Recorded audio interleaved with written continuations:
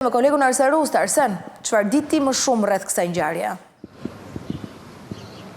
Përshëndetje Aida, prej mesditës së djeshme tek se janë shpërndar vaktet ushqimore të mëngjes dreke darkë në Akademinë e Sigurisë së Policisë së Shtetit, një institucion i sigurisë së veçantë rezulton me helmime, pasoja në të vjella temperaturë, po e çrregullime të organeve të brendshme. 57 pacientë kanë marrë ndihmë mjekësore në Spitalin Universitar Nën Tereza. Kompania që e shpërndan ushqimin është Sorial me administratore Alma Tafanin, tashmë është shpallur në kërkim. Kjo kompani është krijuar më herët nga biznesmeni Nikolin Jaka me 50% të aksioneve në bashkëtortakërime të tjerë, më pas është shitur dhe sot ka një tjetër pronësi, është Alma Tafani administratore. Kompania është gjobitur po ashtu dhe nga Autoriteti i Kontrollit Ushqimor AKU për mungesë të kushteve higjieno-sanitare dhe trajtimit dhe përpunimit të ushqimeve.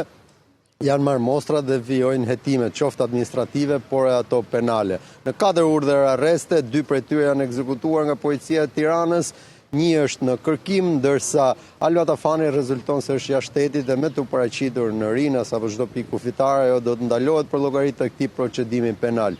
Ndërsa Policia e Tiranës dhe AKU kanë shtrirë dyshimet për këto pasoja duke kontrolluar të gjithë kompanitë që kanë catering, qoftë në institucione publike, po ashtu edhe qerë dhe kopshte, ku ka patur një situatë me të vjella dhe helmime, por gjithsesi ende të padokumentuar, po kryet ndërkohë edhe një hetim administrativ, pasi dyshohet se është edhe më i gjerë kjo situatë. Ndërsa përsa i përket kompanisë Sorial, sipas verifikimeve që ka bërë MCN Live, rezulton që shpërndan ushqime për Spitalin e Universitar Shefqet Ndroçi, njohur ndryshe si sanatoriumi, për reparte ushtarak, për Spitalin e Beratit, për drejtorinë e policisë së Beratit, po ashtu edhe për qendrën e formimit policor të sigurisë në Tiranë, Spitalin psikiatrik në Vlorë. Pra, shpërndan ushqime jo vetëm në ambientet e Akademisë së Policisë, por edhe në disa institucione publike të rëndësisë veçantë siç janë spitalet, po e drejtoritë vendore të policisë, ku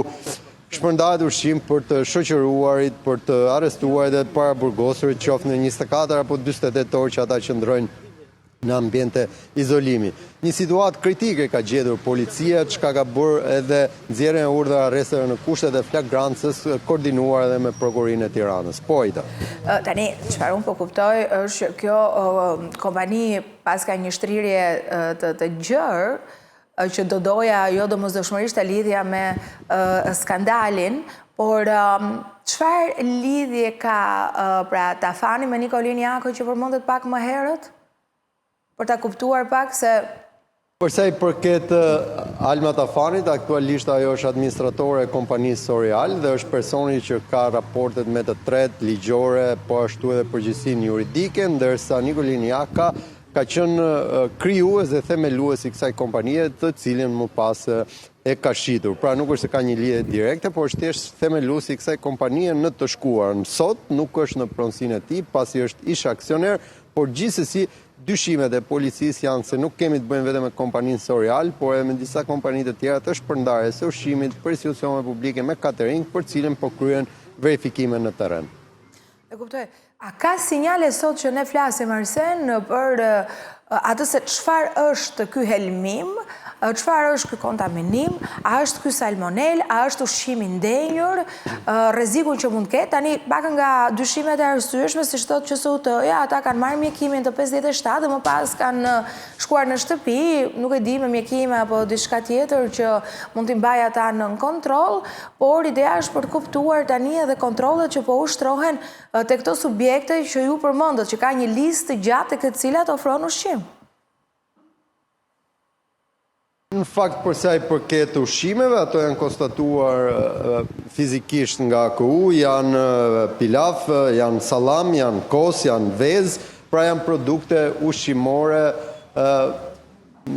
të cilat do t'i nënshtrohen analizave. Një ushqim të gatshëm nuk e ka gjetur AKU për shkak se thotë se sapo ato përgatiten, shpërndahen dhe konsumohen, por gjithsesi është apo jo salmonel, as nuk konfirmohet, por as nuk përjashtohet, pasi do të jenë analizat e AKU-s ato të cilat do ta konfirmojnë. aktualisht janë kushtet higjieno-sanitare ato të cilat kanë detyruar AKU-n të ndërhyjë me masë administrative, me bllokim të produkteve fizikisht për të kryer ekzaminimin dhe policinë e shtetit për bërë arrestet në kushtet e flagrancës për shkak se pasojat kanë qenë të rënda. Gjithsesi, fatmirësisht askush nuk është në rrezik për jetën, por helmimi të vjellat salmonela janë pasojat të cilat ndikojnë tek shëndeti i trupit të njerëzit nga pak orë deri në ditë e javë, sipas rasteve. Prania e salmonelës nuk është për herë të parë në produktet ushqimore shqiptare. Kemi patur edhe më herët, kemi patur arreste, procedime, kompani të hetuara, por gjithçka kalon thuajse pa zhurmë. Në këtë moment pritet të ketë një reagim policia e Tiranës për hetimin e nisur dhe arrestet e kryer në kushtet e flagrancës.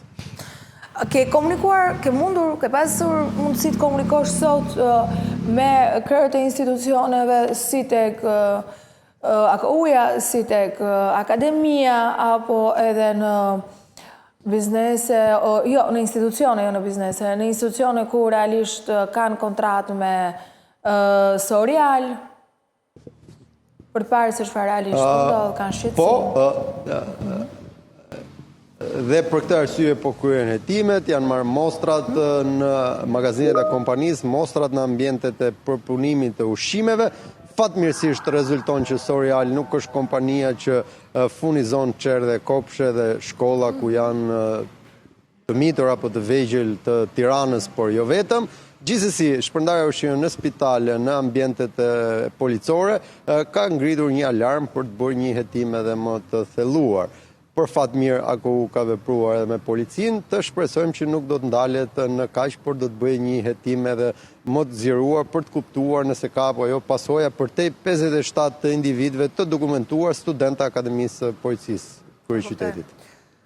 Mirë, është për të parë dhe për të mos përhapur panik fakti që nuk çon ushqime tek kopshtet dhe çerdhet, se jemi edhe në prag të virozave, me ndryshimet e stinëve, fëmijët mund të kenë probleme gastro, pa diskutim kur sheh lajme të tilla mund të ketë pikpyetje dhe pasiguria rritet, por kjo s'do të thotë që nuk kemi gjithë sy e vesh për të kuptuar realisht se çfarë ka ndodhur.